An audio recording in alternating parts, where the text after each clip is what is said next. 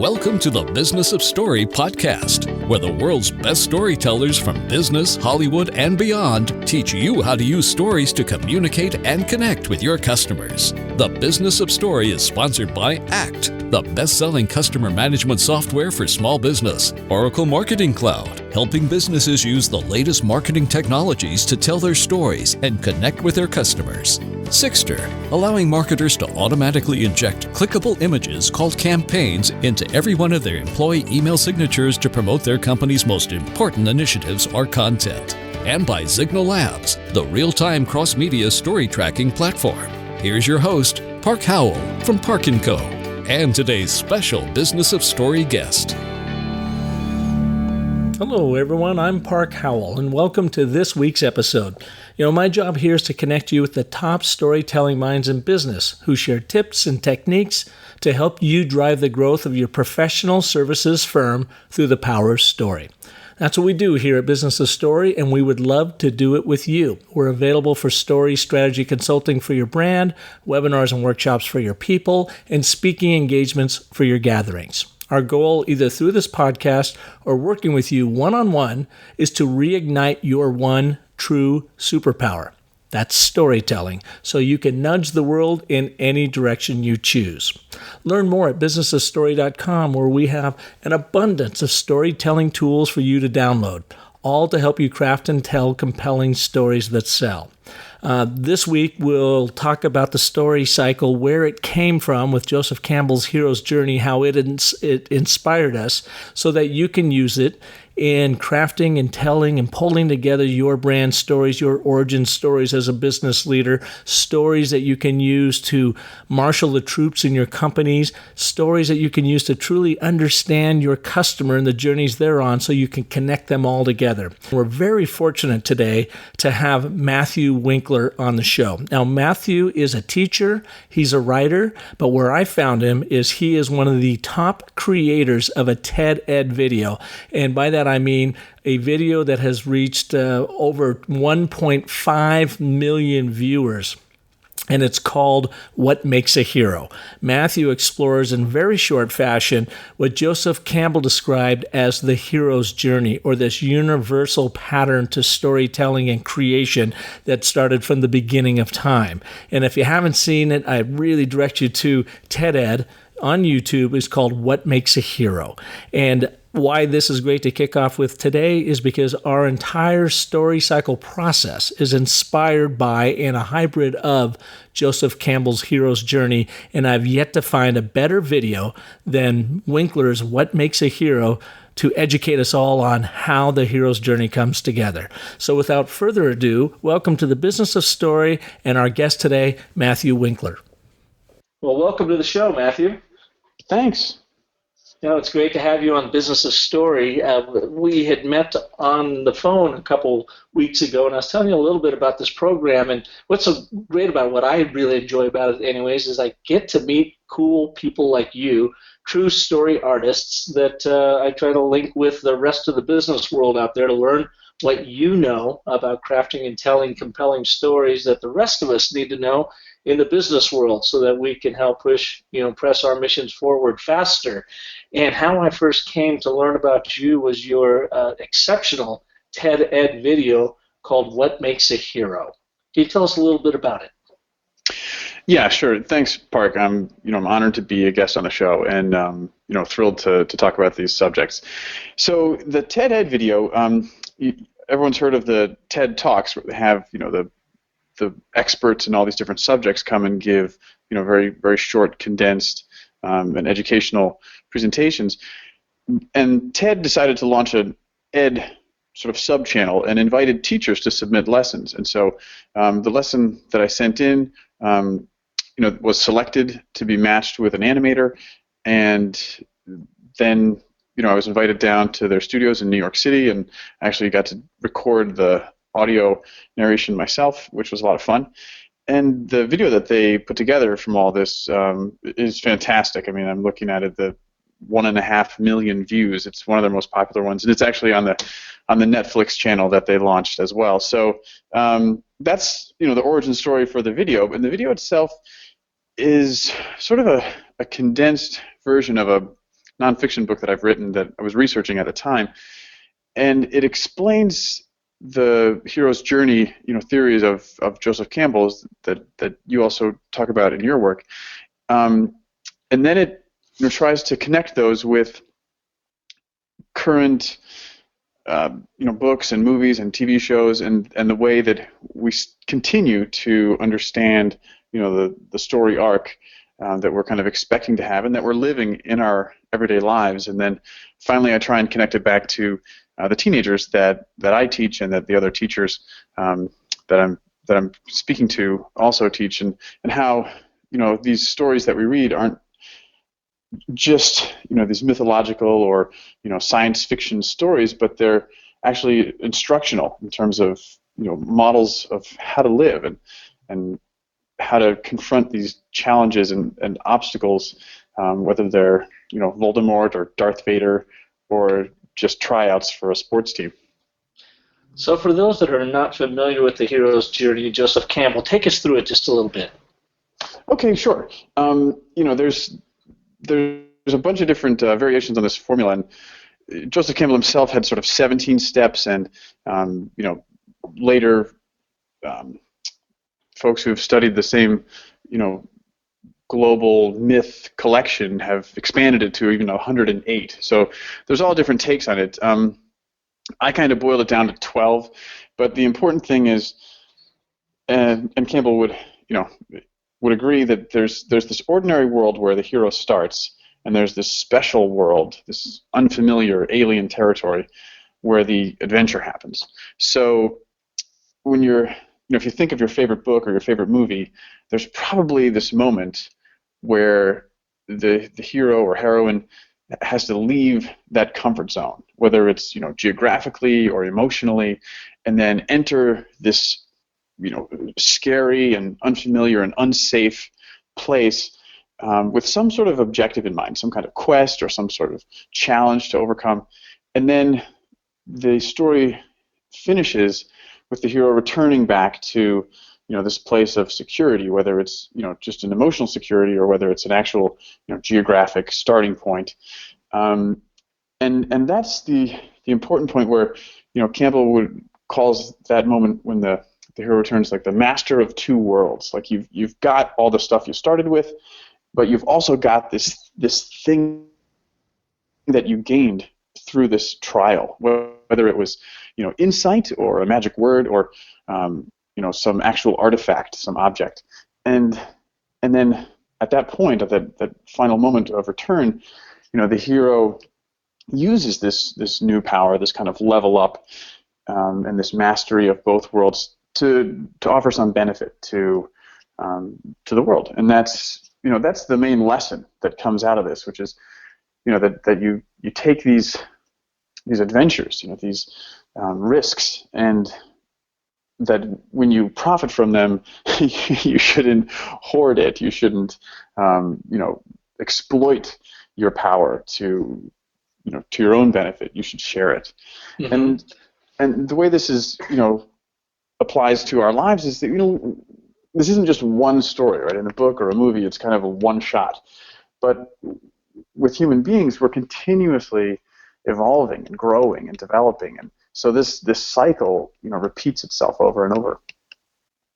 Yeah, and I've heard from many people how story is just a mirror to our lives, that we live vicariously through the protagonists that we watch and read about, and that we're always constantly learning.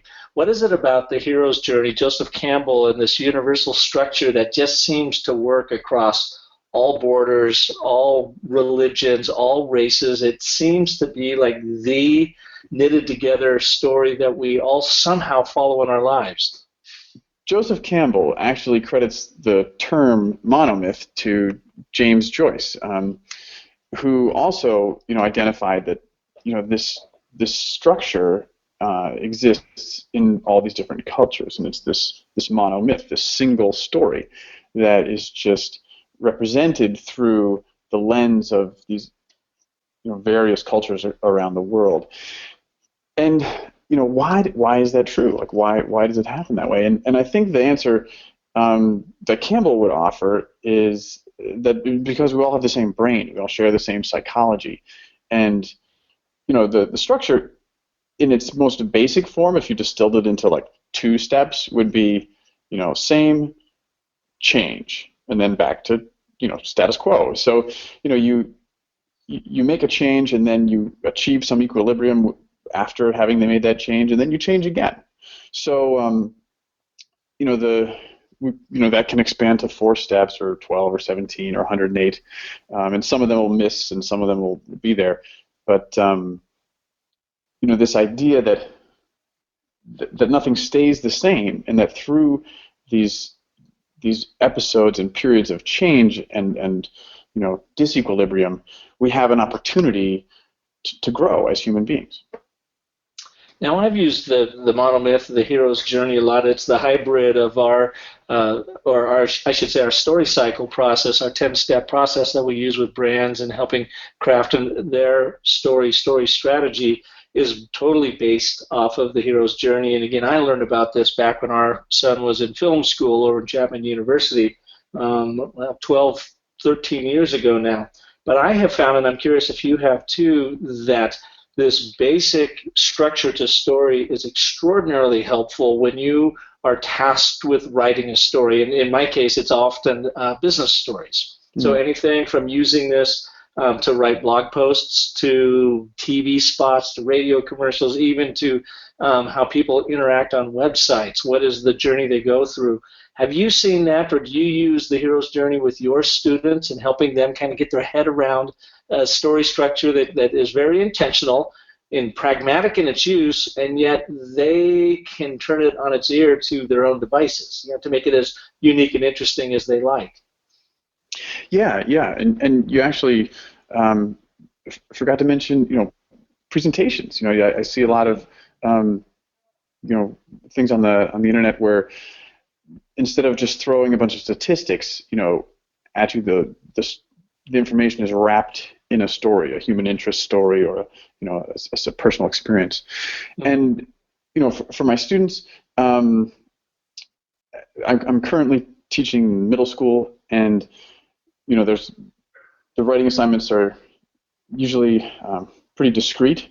But then when we talk about the plots of the stories that we're studying, and you have sort of a standard rising action, climax, then falling action. Those plot points are easy to mark out. And then when it's appropriate, when the story works that way, then we can apply this hero's journey formula. And how you've got an interesting story as to how you came across this, and how the hero's journey really kind of took over your life in some respects. That led you to now creating one of the most popular TED Ed videos yet. Can you share that story with us? Yeah, I'd love to. It's a long story.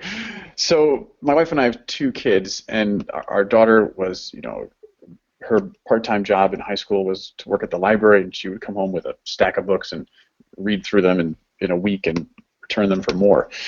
And our son was quite the opposite. Going up through elementary school, he struggled to learn to read, and he was diagnosed with dyslexia. And he at the time 5th grade came around, he felt like he was the dumbest kid in class, and he was petrified that he would get called on to read, and that his learning disability would be discovered. And so that sort of social stress was really preventing him from getting the most out of his education.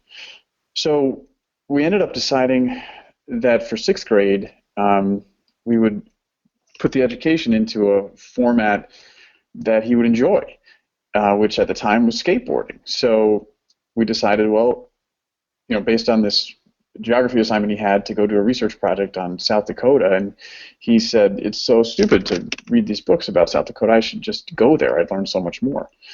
So we said, all right, let's do that. And in fact, let's go to all 50 states. So we ended up packing a bunch of camping gear into my little Honda Fit, and we spent a school year, 9 months on the road. We drove to all 50 states. Well, actually, parked the car in Seattle and took a plane to Alaska and Hawaii. And, our routine was to kind of wake up in the morning, go to the local public library and spend some hours hitting the books, and then in the afternoon go see, go hit a skate park or check out a museum or a local landmark or national park, and then, keep carrying on and exploring. And I have to say that the one of the unintended benefits was, we were trying to save money, so we used a social networking site called couch surfing, and it's kind of like Facebook, but people opt in and they'll post some information about themselves and offer to let folks just spend the night on their couch. And for us, that was allowed us to not only save money but to become sort of instantly part of the community, just like a foreign exchange student. For a year in France, we would be a foreign exchange student for 3 days in Philadelphia, and it made the experience so rich, and we met so many kind people who were thrilled to show off their community, and so the whole year, I guarantee that Logan learned a whole lot more from those 9 months than he would have in a 6th grade classroom. Well, so imagine the social studies and history that you took in just a year's time is pretty amazing in all 50 states. Yeah. I mean, we still, he's now in high school, and we talk about, he'll come home with a homework assignment or a chapter in his history book, and we can talk about it and say, oh yeah, remember when we went to that battlefield, or remember we saw that landmark. So it's really reaped dividends, and it did turn his head around in terms of education. He's a much better student now, and he realizes that his potential isn't limited by words on a page. And how did that journey lead you into Joseph Campbell and the hero's journey? Well, ironically, working through the English curriculum with him, one of the assignments mentioned the monomyth and the hero's journey, and so that had always, kind of stuck in my head, like, wow, that's exactly what we're doing, what this mythological formula is talking about. And then when we returned home, as in the cycle, I wanted to take this blog that I'd written and this experience that we'd shared, and so many people were so excited about it. I wanted to bring it to them in some larger format, and so I wanted to write a book about it, and I ended up enrolling at a Master of Fine Arts program in creative writing at Fairfield University, and there I developed the material into a manuscript, and one of my assignments was to research the hero's journey more deeply. And as part of that assignment, I read a bunch of books by Joseph Campbell and learned more about the myths that he had used as his raw material, and also about the Hollywood movies and contemporary novels that used the same pattern, and so that research led me, to put together the script for the TED Ed lesson. Well, it's amazing. When we come back from the stories of our sponsors, I want to talk a little bit more about this hero's journey, the structure that it takes, and how we've used it with the story cycle, and then want to hear a little bit more about how you ultimately got selected and went through this process for TED Ed and got it up and what that was like. So we'll return right after these messages with Matthew Winkler, the teacher, writer, and extraordinary producer of one of the best TED Ed videos I've seen in a long time, called What Makes a Hero. We'll be back right after this. Are you keeping track of sales leads in a spreadsheet, or worse, Post-it notes all over your desk? Well, there's a better way, and it doesn't involve spending a fortune on complex CRM software. For over 25 years, ACT has been the #1 best-selling contact and customer management software. It's super affordable and easy to use. ACT helps individuals, small businesses, and sales teams organize prospect and customer details in just one place. It also helps you market products and services more effectively, and most importantly, it drives sales.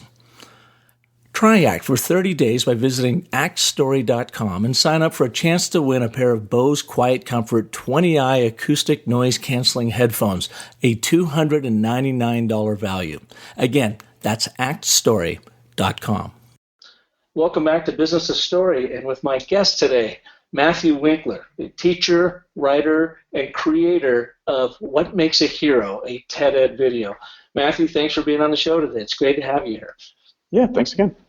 You know, we had mentioned earlier, a lot of the listeners have heard that I use the hero's journey, or inspired by it in a huge way, with our story cycle process that we use to help direct brands in the creation of their authentic story strategy around their brand, and using it right down to the actual activation of it. And as you mentioned earlier in the show, the hero's journey, per Joseph Campbell, America's foremost mythologist, is a 17-step process.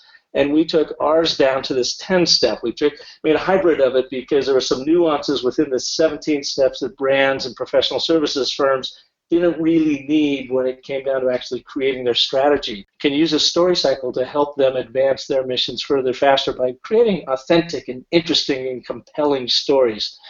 So you can kind of see how we've taken this hybrid of the hero's journey and created the story cycle process, but using the tools of authors and screenwriters to humanize brands, especially in the business-to-business world, by approaching them as an author might, not just a brand strategist.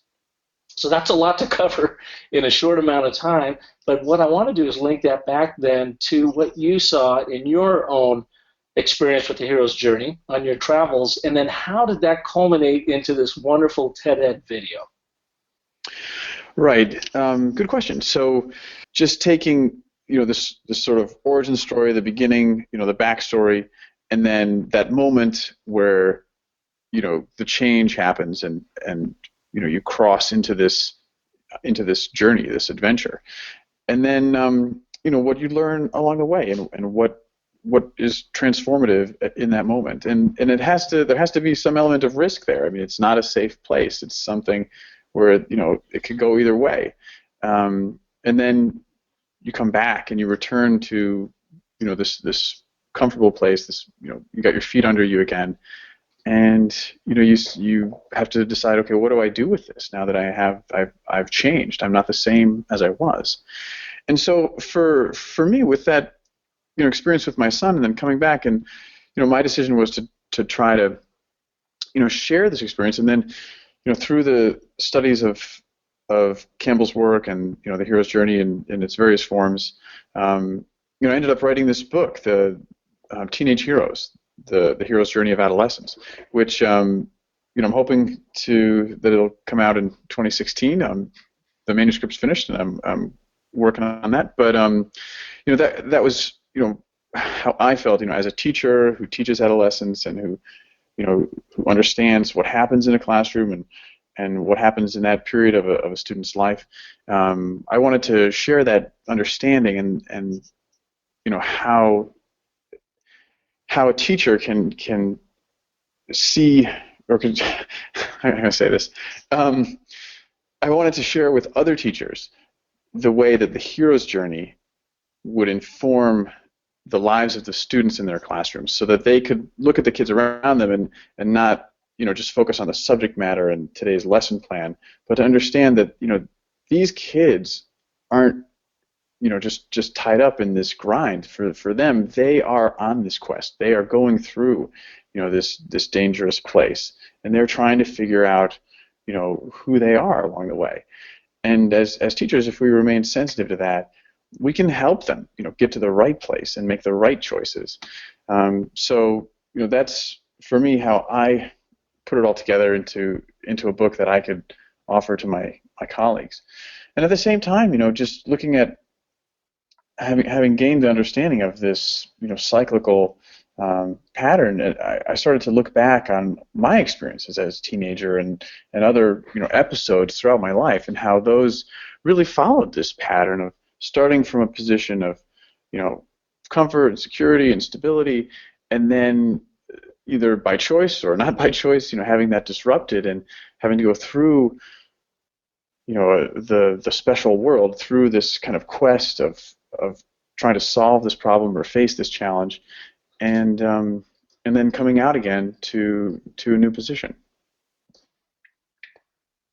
I think it's interesting, too, how you've used the hero's journey to work with teachers to help them better understand their audiences, in this case, the adolescents that are sitting in their desks that they're teaching.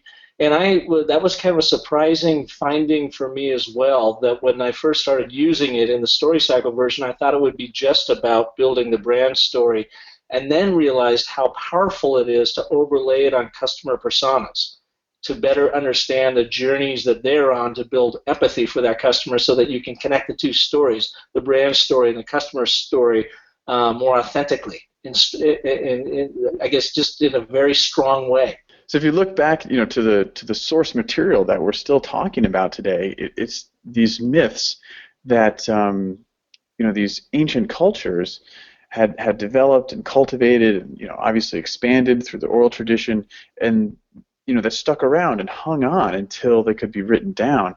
So they had to contain all of the valuable lessons of that culture, and to see that they follow this cycle, and those were the original models for, like, this is an idealized version of what we look at as a human life, or the interaction with deities or demigods or what have you.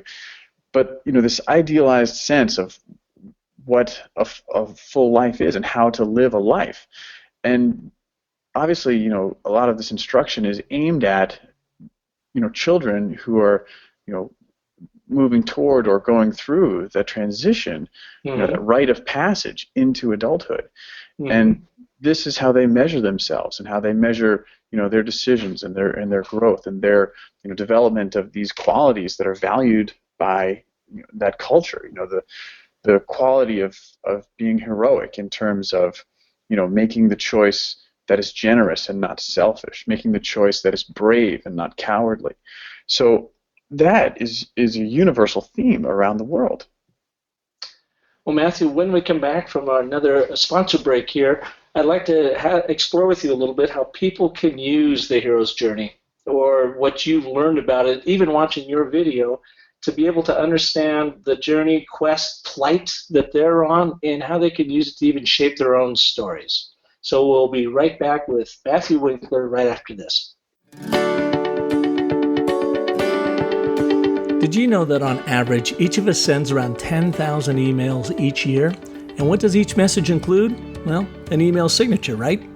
Well, Angie's List realized the reach they had with their 270 employees and decided to use their email signatures to promote their flagship customer event called the Festival of Services.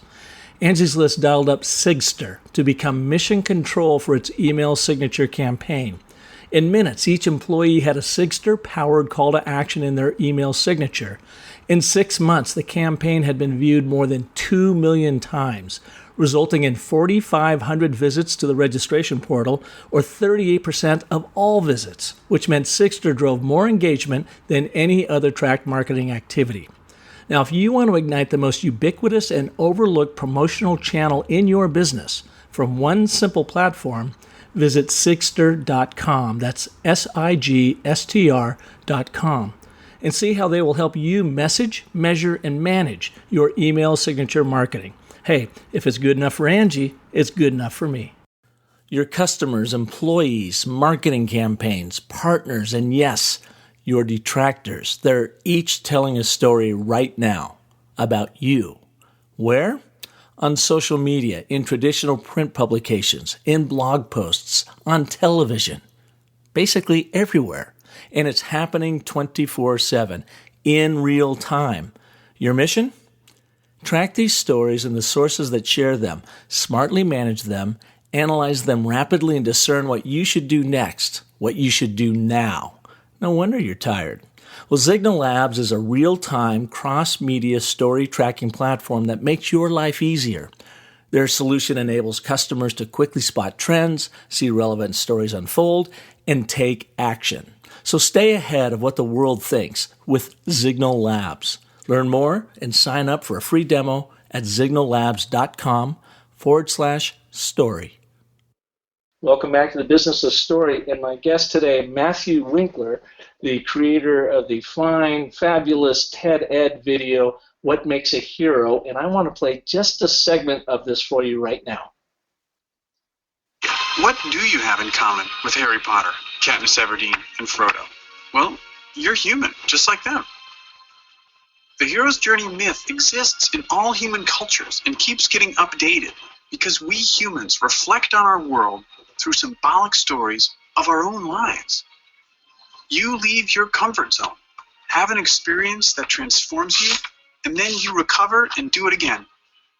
You don't literally slay dragons or fight Voldemort, but you face problems just as scary. Joseph Campbell said, "In the cave you fear to enter lies the treasure you seek." What is the symbolic cave you fear to enter? Auditions for the school play? Baseball tryouts? Love? Watch for this formula in books, movies, and TV shows you come across. You will certainly see it again, but also be sensitive to it in your own life. Listen for your call to adventure. Accept the challenge. Conquer your fear and claim the treasure you seek. And then do it all over again.